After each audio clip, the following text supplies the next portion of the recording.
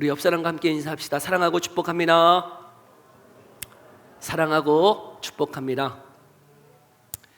우리 2024년도 첫 주일 예배를 하나님께 드릴 수 있도록 은혜 베푸신 하나님께 감사와 영광을 올려드립니다.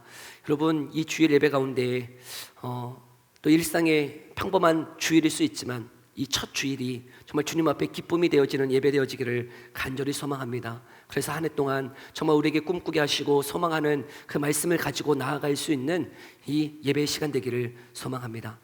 여러분, 많은 부분 그냥 저번 주와 오늘이라고 하는 그 날이 그냥 연속일 수 있어요. 일상의 연속일 수 있겠지만 여러분, 우리에게 왜 새 날을 주십니까? 왜 또 새 2024년도를 주셨을까요? 여러분, 이 날은 여러분 영원하지 않다는 것을 기억하라는 것이죠.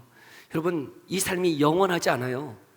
우리가 영원할 것처럼 그 평범한 일상이 계속될 것처럼 살아가지 마십시오. 새날 가운데 새 마음을 가지고 여러분, 우리에게 주신 이 기회를 가지고 하나님 앞에 기쁨이 되어지고 하나님께 영광을 돌릴 수 있는 이 한 해 되어지기를 소망합니다.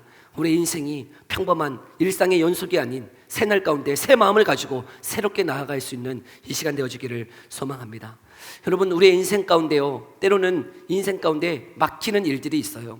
때로는 되돌아가야 되는 그 인생의 표지판이 세워질 때도 있다는 것이죠. 운전을 하다 보면요, 도로가 앞에 막혀서 때로는 공사가여서 우회하라고 그렇게 우리에게 알려주는 표지판들이 있어요. 그 표지판처럼요, 우리의 인생 가운데 때로는 우리가 계획한 대로, 우리가 생각했던 대로 우리의 인생이 펼쳐지지 않을 때도 있다는 것이죠.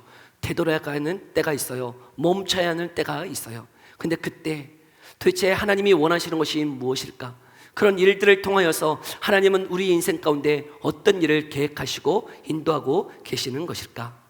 여러분, 오늘 본문 우리가 읽었던 16장 6절의 말씀은 15장 36절부터 이어지는 그 말씀 가운데서 연속되고 있는 사건이에요.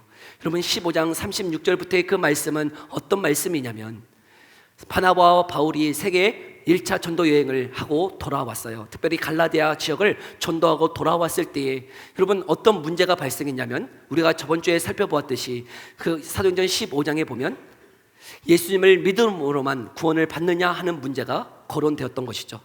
여러분, 유대인 그리스도인들 입장에서는 예수님만 믿음으로 구원받는 것이 아니라 무엇도 행해야 된다고요? 할례도 행하고 율법도 지켜야 되는 것 아니냐라고 하는 반론이 제기되었던 것이죠.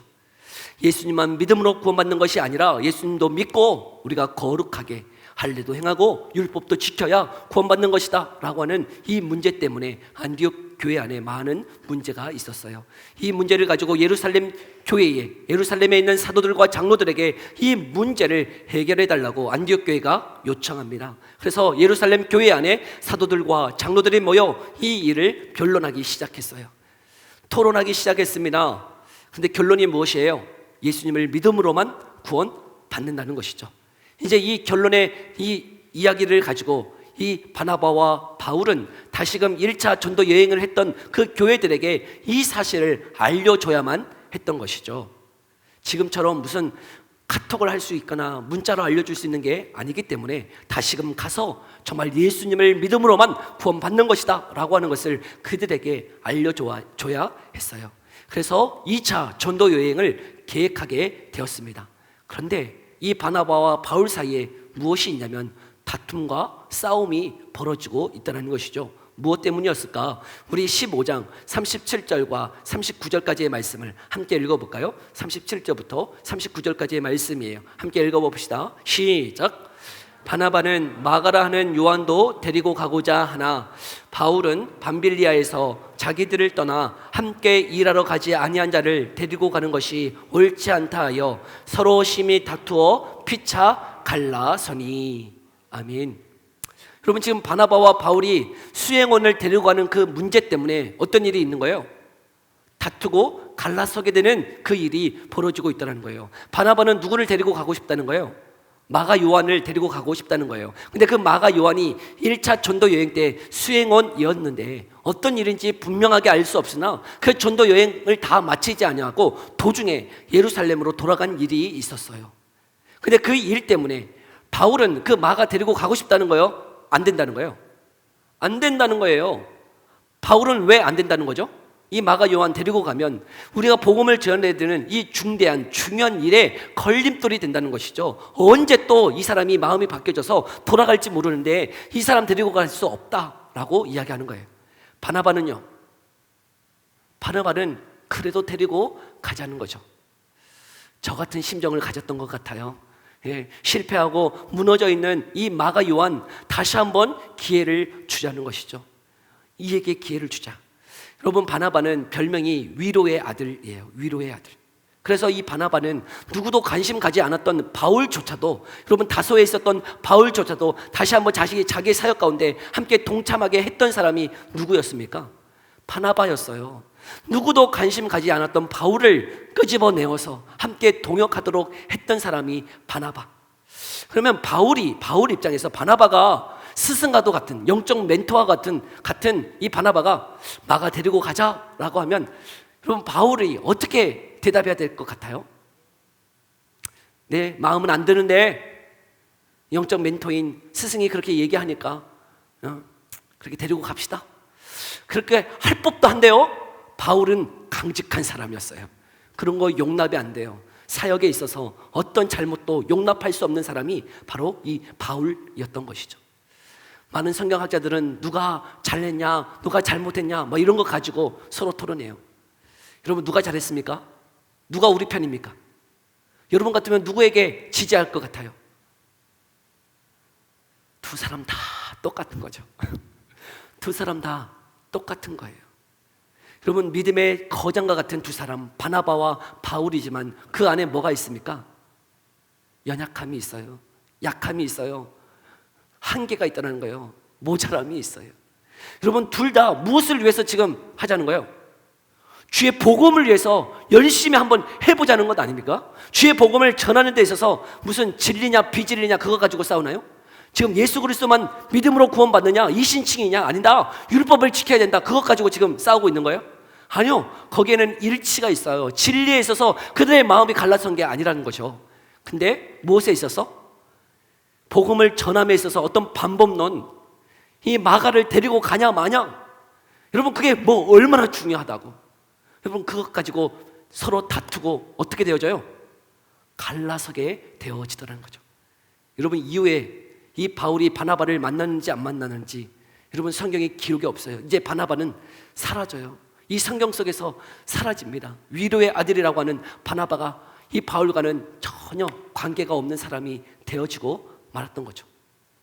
여러분, 이 믿음의 사람들도 그 안에 일정 부분 약함이 있더라고요. 한계가 있어요. 모자람이 있어요. 여러분, 이렇게 싸우고 갈라서는 것이 하나님의 뜻일까요? 여러분, 하나님이 원하시는 건가요? 어떻게 생각하세요? 하나님의 뜻이에요? 아니에요. 여러분, 그들이 싸우고 갈라서는 것 하나님이 원하시는 뜻이 아니에요. 그런데 여러분, 이 일들을 하나님은 허용하세요. 그 일들을 간과하세요. 내버려 두세요. 왜요? 그 일들을 통해서 또 모든 것이 합력하여 선을 이루어 가시는 하나님의 큰 계획이 있더라는 것이죠. 여러분, 갈라선 이 바울은 누구를 동역자로 삼습니까? 실라라고 하는 동역자를 삼아서요, 다소라고 하는 자기 고향이 있는 곳으로 가서 거기에서 복음을 다시 한번 증거하기 시작하고, 바나바는 이 연약한 마가 요한을 데리고 가서 구브로라고 하는 자신의 고향, 이 바나바의 고향인 구브로로 가서 이 아프리카로 복음을 증거하기 시작합니다.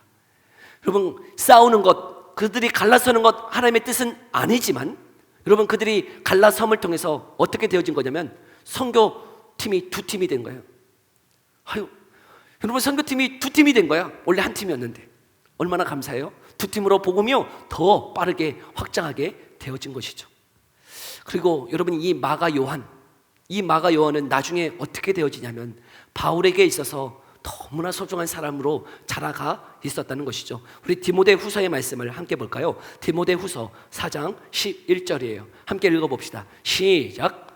누가만 나와 함께 있느니라. 네가 올 때에 마가를 데리고 오라. 그가 나의 일에 유익하니라. 아멘. 디모데 후서는 이 사도 바울이 자기의 인생의 마지막쯤에 썼던 편지인데, 여러분 이 마가 요한에 대해서 뭐라고 얘기하고 있어요? 그가 나의 일에 유익한 사람이다라고 고백하고 있어요. 근데 그렇게 유익한 자로 여러분 이 마가 요한이 세워지게 한 사람이 누구입니까? 바나바죠. 바나바. 여러분 바나바가 아니었다면 실패하고 포기했던 이 사람 아마 하나님의 일에 크게 쓰임받지 못할 수도 있었을 것이에요. 그러나 다시 한번 기회를 주고 그를 위로하고 그를 세워서 하나님의 일에 동역할 수 있게 한 사람이 바나바였던 것이죠. 그로 인해서 여러분 그가 더 쓰임받고 나중에는 바울도 이 마가 요한을 데리고 하나님의 나라를 위해서 크게 일을 했던 것 볼 수 있더라는 것이죠. 네, 분명히 싸우고 갈라서는 것 하나님이 원하시는 것은 아니지만 결과적으로 보면 그 모든 일들 가운데 하나님의 은혜가 있었다는 것이에요. 바울 입장에서는 여러분 신라라고 하는 또 16장 1절에 보면 영적 아들과 같은 디모데를 만나게 되는 또 그런 유익이 있었어요. 선교의 팀이 더 확장되어지는 일들도 있었어요. 그 과정 가운데 하나님의 뜻은 아니지만 일정 부분 우리의 약점이 있고 연약함이 있고 모자람이 있지만 하나님이 그것까지도 사용하셔서요 하나님의 큰 일들을 이루어 가시는 과정으로 삼으시더라는 것이죠. 우리의 인생도 마찬가지예요. 때로는요 우리 안에 연약함이 있어요. 모자람이 있어요. 한계가 있어요. 그래서 하나님의 뜻이 아닌 다른 것들을 행할 때가 있어요. 그러나 그것으로 인해서요 하나님이 우리를 징계하시고 책망하시고 우리를 모른다 말씀하지 아니하시고 그 모든 것까지도 우리의 연약함도 우리의 약함도 우리의 부족함도 하나님이 다 사용하여 주셔서 하나님의 선한 일들을 이루시도록 하나님이 이끌어 가시는 줄을 믿습니다. 여러분 이 말씀을 오해하면 안 돼요. 그래서 계속 약하라는 소리가 아니에요. 그래서 계속 연약해도 된다는 소리가 아니에요. 계속 싸우라는 소리가 아니에요. 그런 부분까지도 하나님은 어떻게 하신다고요? 하나님의 선한 일들을 위해서 사용하시는 하나님의 은혜가 있다는 것이죠. 여러분 여러분의 인생도 어떠합니까? 때로는 내가 과거에 그 선택 안 했으면 좋았을 텐데, 내가 그때 그렇게 싸우지 않았으면 좋았을 텐데, 내가 그렇게 행동하지 않았다면 내 인생이 어떻게 되어졌을까? 여러분 그런 선택들이 많이 있지 않습니까? 근데 되돌아보면 그 선택이 있었기에 그 연약함까지도 하나님이 다 사용하셔서 지금 날 여기에 있게 하셨구나 하는 하나님의 은혜를 생각할 때가 너무나 많아요. 여러분 우리의 인생 때로는 연약하고 부족한 일들이 너무나 많지만요 여러분 그 인생들 다 사용하셔서 지금 나를 이렇게 자라나게 하시고 예수 그리스도 믿게 하시는 은혜로 사용하여 주신 줄 믿습니다. 여러분 저는 초등학교 4학년 전까지 대부분을 광주에서 살았어요.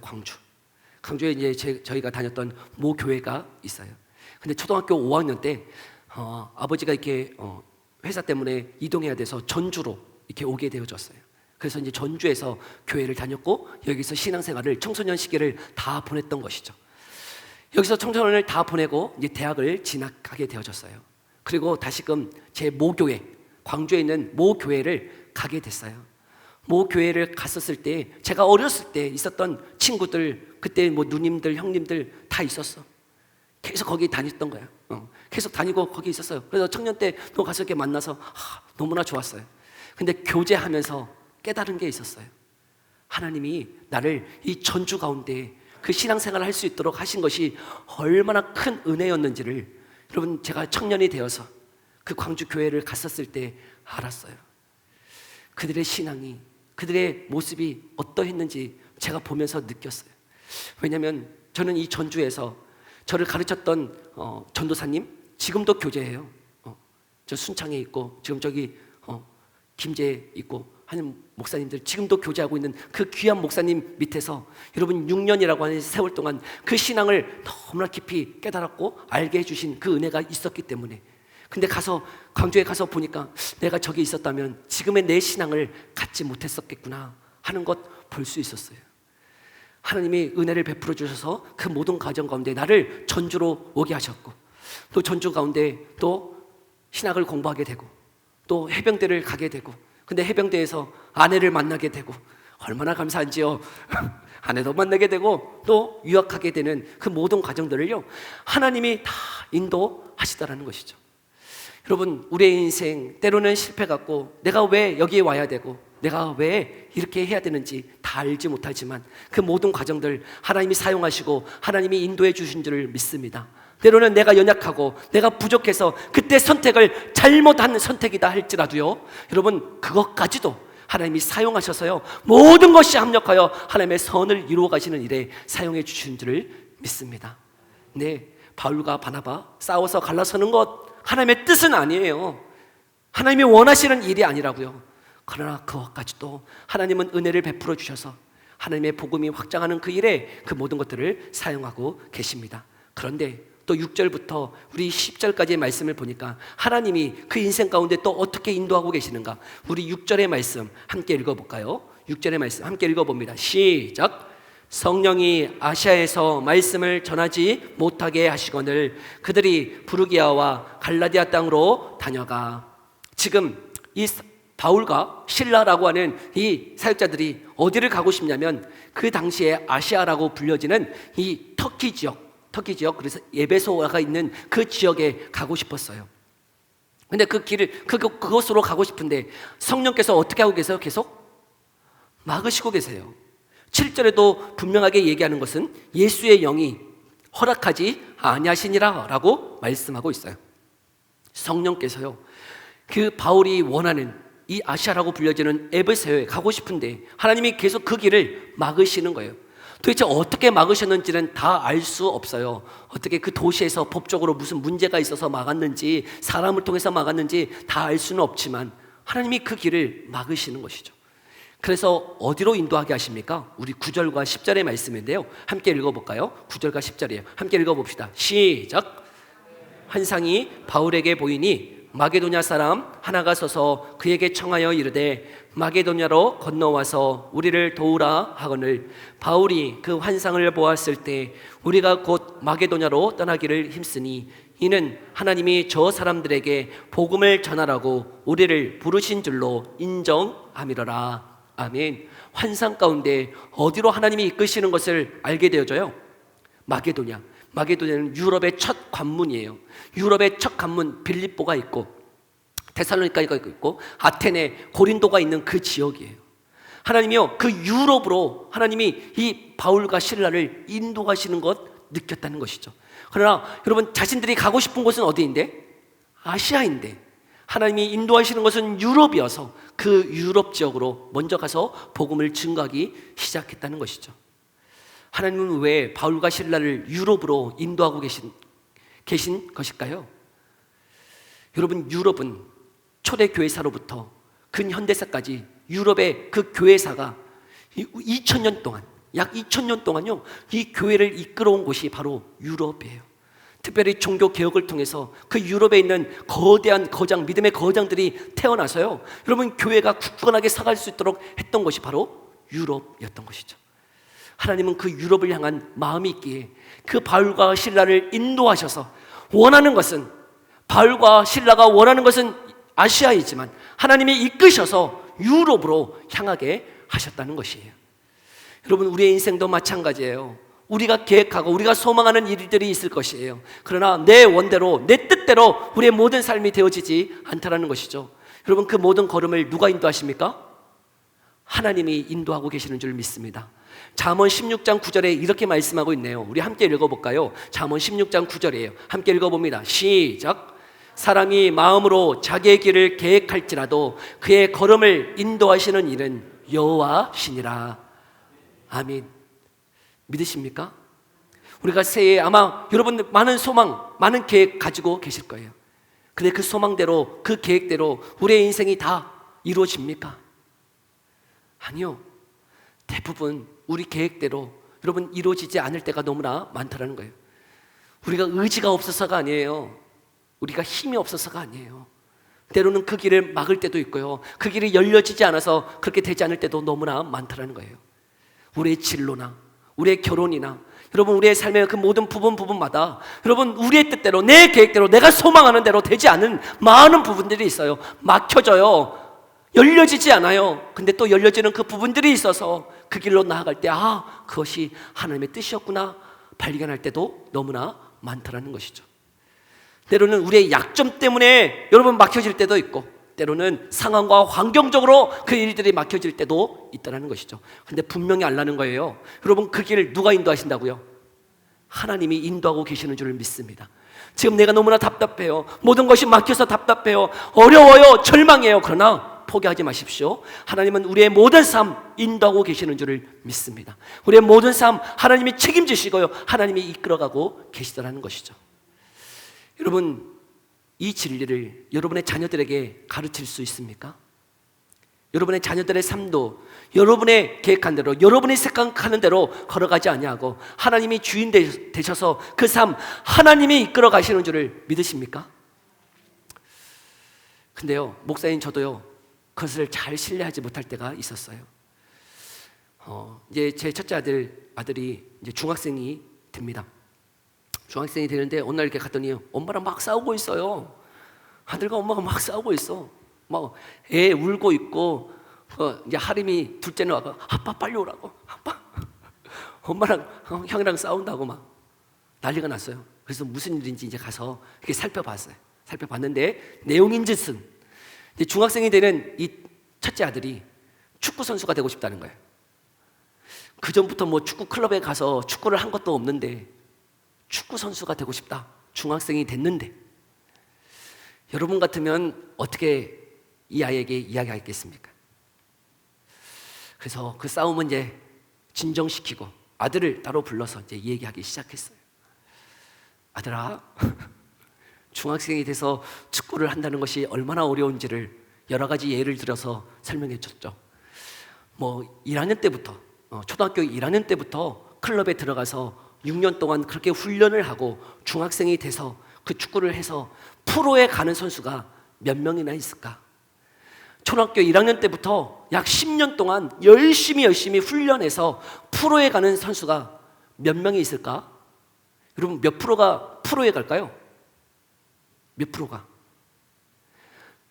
많이 잡아서 10%라고 해봅시다. 10%. 여러분, 10%가 100명이 축구하면 몇 명 가요? 프로? 10명 가요. 그러면 프로 10명 가면 다 성공합니까? 주전으로 뛰려면 그 10명, 10%, 10명이 들어가면 몇 명만 그 프로에서 정말 주전으로 뛸 수 있는 겁니까? 몇 명? 한 명이에요. 한 명 뛸까 말까예요. 근데 그거를 지금 언제 시작하겠다고? 중학교 때. 너 이거 정신 나갔지? 아니, 1학년 때부터 이렇게 열심히 해도 재능이 있다 하는 애들, 그런 애들이, 이강인 같은 애들이, 손흥민 같은 애들이, 여러분 한 명 날까 말까 하는 애들이 지금 막 프로에서 막 뛰니까 막 자기도 다 그렇게 되는 줄 알고 막 프로 가고 싶다고, 나는 축구 선수 하고 싶다고 막 얘기하니까, 야, 잘 들어봐라. 야, 어렸을 때부터 이렇게 열심히 훈련하고 해도 프로에 가는 사람이, 그래서 성공하는 사람이 단 한 명뿐이란다. 근데 너는 그거 하고 싶니? 하고 싶다는 거예요. 하고 싶대. 그래, 잘 생각해봐라. 근데 아빠 입장에서는 그 프로에 들어가지 못할 그 일이라면 그게 너무 어려운 건데, 중학교 때 그걸 시작하는 것은 너무 늦은 것 같은데 다시 한번 생각해봐라 하고 돌아왔어요. 말을 마쳤어요. 근데 돌아와서 앉아서 생각하는데요, 제 마음 가운데 들려지는 생각이 있었어요. 여러분, 프로에 가야만 성공한 걸까요? 프로 안 가면 실패한 건가요? 어떻게 생각하세요? 프로에 가야만 성공한 거고 프로 못 가면 실패한 건가요? 그러면 나머지 90%그 사람들은, 그 선수들은 다 실패한 인생인가요? 아니잖아요. 근데 제 생각에는, 제 틀 안에는 왜 프로에 가야만 성공한다고 생각하지? 프로 못 가면 실패한 인생인가? 그거 아닌데? 나는 왜 아들한테 프로 못 가는 그 90%, 너 가능성이 없다라고 왜 얘기하지? 제가 저렇게 하고 싶다 그러면 지지해주고 응원해 줄 만도 한데, 내 틀 안에서 거기 못 가면, 프로 못 가면 실패한 거야 라고 이야기하고 있는 제 자신을 돌아보게 되더라고요. 자기가 하고 싶다는데 제가 돈이 없어서 못 시켜주는 거지, 아니 하고 싶다는 거 다 해주고 싶어요. 다 해주고 싶어. 해주고 싶은데 생각 자체가 프로 못 가면 실패한 거다 생각하고 있는 제 자신을 깨우쳐 주셨어요. 여러분, 그 인생이 어떻게 될 줄 어떻게 합니까? 제가, 여러분 90% 인생은 다 실패해가지고, 다 뭐 실패해가지고 저기 뭐 손 빨고 앉아 있습니까? 아니요.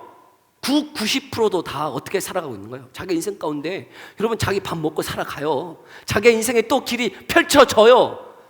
그럼에도 불구하고 내 생각 안에, 내 틀 안에 풀어 못 가면 실패한 인생, 그 90%는 다 실패한 인생이라고 그렇게 정의하고 있는 내 생각, 내 틀.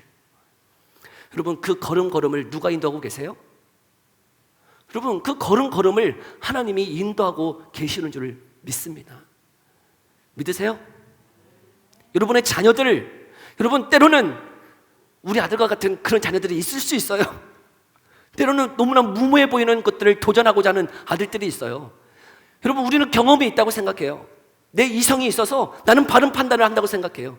근데 여러분 조금은 무모해 보이고 조금은 낯설어 보이는, 누구도 도전하지 않는 그 길을 간다고 할 때 여러분들 지지해 줄 수 있나요? 여러분의 틀에서 벗어나서 나 그거 해보고 싶어요 라고 할 때 여러분 정말 마음껏 지지해 줄 수 있나요? 여러분 그 길을 정말 자기가 원하고 자기가 정말 좋아하는 일이라면 여러분 지지해 줘 보세요. 한번 맡겨 보세요. 그 길 누가 인도하세요? 하나님이 인도하시는 줄 믿습니다. 여러분의 계획대로 자식들을 움직인다고 그게 성공하는 인생일까요? 여러분의 계획대로 자녀들이 그렇게 다 따라와 줘야만 성공하는 인생인가요? 그래서 뭐가 되는데요? 여러분의 계획대로 그렇게 아이들이 움직이면 뭐가 됩니까? 회사원 됩니까? 직장인 되는 거예요? 그거를 지금 가르치고 있는 건가요? 아니요. 여러분 정말 자기들이 좋아하는 일이 있다면, 자기가 정말 하고 싶은 일이 있다면 우리 생각에 내 틀 안에서 여러분 갇혀있지 말고 마음껏 지지해 주십시오. 또 여러분들이 능력이 된다면 후원해 주세요. 그래서 그 아이들이 하고 싶은 그 일들을 펼쳐나가도록 해 주십시오. 그게 우리가 볼 때, 당장 볼 때 실패한 것 같고 여러분 성공하지 못한다 할지라도 우리 생각에 여러분 그 길 안에, 우리가 실패해 보이는 그 길 안에도요 또 다른 길이 있어요. 하나님이 인도하시는 또 다른 길이 있어요. 여러분 하나님이 그 길을 여시는 때가 있어요. 여러분 그 길을 여러분들 다 생각할 수 있나요? 다 고려할 수 있어요? 어떻게 될지 여러분 다 아세요? 아니요, 우리는 하나님이 아니에요. 우리는 좁고 좁은 그 틀 안에 갇혀 있지는 않나요? 여러분 하나님께 맡겨드리십시오. 그 자녀들이, 그들의 삶이 정말 기뻐하는 일이 있다면 마음껏 지지해 줍시다. 왜요? 그 길 누가 인도하세요? 하나님이 주인이세요. 하나님이 그 길을 책임져 주세요. 우리가 해야 되는 것은 여러분 그 자녀가 하나님 앞에 붙들린 바 되기를 기도하시면 되는 거예요. 하나님이 그 삶의 주인 되어 주시기를 기도하면 되는 거예요. 근데 동일하게요, 자녀에게 향했던 그 마음이 우리 각자에게도 동일하게 적용되는 줄 믿습니다. 여러분, 여러분의 삶도 하나님이 책임져 주세요. 때로는 우리 안에 약함이 있어요. 바울처럼요, 바나바처럼 연약함이 있어요. 모자람이 있어요. 한계가 있어요. 그래서 싸우고 다투고 갈라서는 일들도 있을 것이에요. 그러나 그 길을 누가 책임져 주세요? 하나님이 책임져 주세요. 하나님이 그 길을 인도해 주세요. 한계가 있다 그래서, 부족함이 있다 그래서 절망하고 낙심하고 갈라서고 그런다 할지라도요, 하나님이 그 인생 하나님이 이끌어 가시는 줄 믿습니다. 모든 것이 합력하여 선을 이루어 가시는 분이 하나님이세요. 여러분 그렇다고 해서 약한 대로, 연약한 대로 그대로 있으라는 소리가 아니죠. 여러분 우리는 자라나야 되는 거예요. 말씀으로 자라나야 되는 거예요. 성숙함으로 나아가야 되는 거예요. 회복이 있어야 돼요. 부흥이 있어야 돼요. 그 일은 여러분 주님 앞에 있는 줄 믿습니다. 주님을 의지하세요. 주님을 바라보세요. 올 한 해 우리가 시작되어지는 이 한 해 가운데 여러분 우리 걸음을 인도하시는 분은 하나님이세요. 여러분 우리가 한계가 있다 그래서, 우리가 모자람이 있다 그래서, 우리에게 약함이 있다 그래서 낙심하고 절망하지 마시고 도전하십시오. 포기하지 마십시오. 하나님의 뜻을 이루기 위해서 다시 한번 그 마음 가운데 새 마음을 가지고 나아갈 수 있는 저와 여러분의 인생 되어지기를 간절히 소망합니다. 하나님 살아계세요. 하나님 우리 선한 그 길로, 선한 팔로 저와 여러분들을 붙잡고 계세요. 그 하나님을 바라보면서 그분을 신뢰하면서 이 올 한 해 주님의 뜻을 이루며 걸어가는 저와 여러분의 삶 되어지기를 간절히 소망합니다. 기도합시다. 우리 이 시간에 함께 기도할 때, 하나님, 때로는 내 안에 약함이 있고 한계가 있고 부족한 부분들이 있습니다. 그래서 때로는 하나님의 뜻을 이루지 못하는 일들도 한계도 있습니다. 그러나 그런 우리들을 포기하지 아니하시고 여전히 인도하셔서 하나님의 뜻을 이루어가고 계시는 하나님, 때로는 우리가 계획한 대로, 우리가 소망한 대로 그 길이 막혀지고 열려지지 않을 때도 있지만 그 모든 길들을 인도하시는 분이 하나님이심을 고백합니다. 하나님, 우리의 믿음의 눈을 열어 주시옵소서.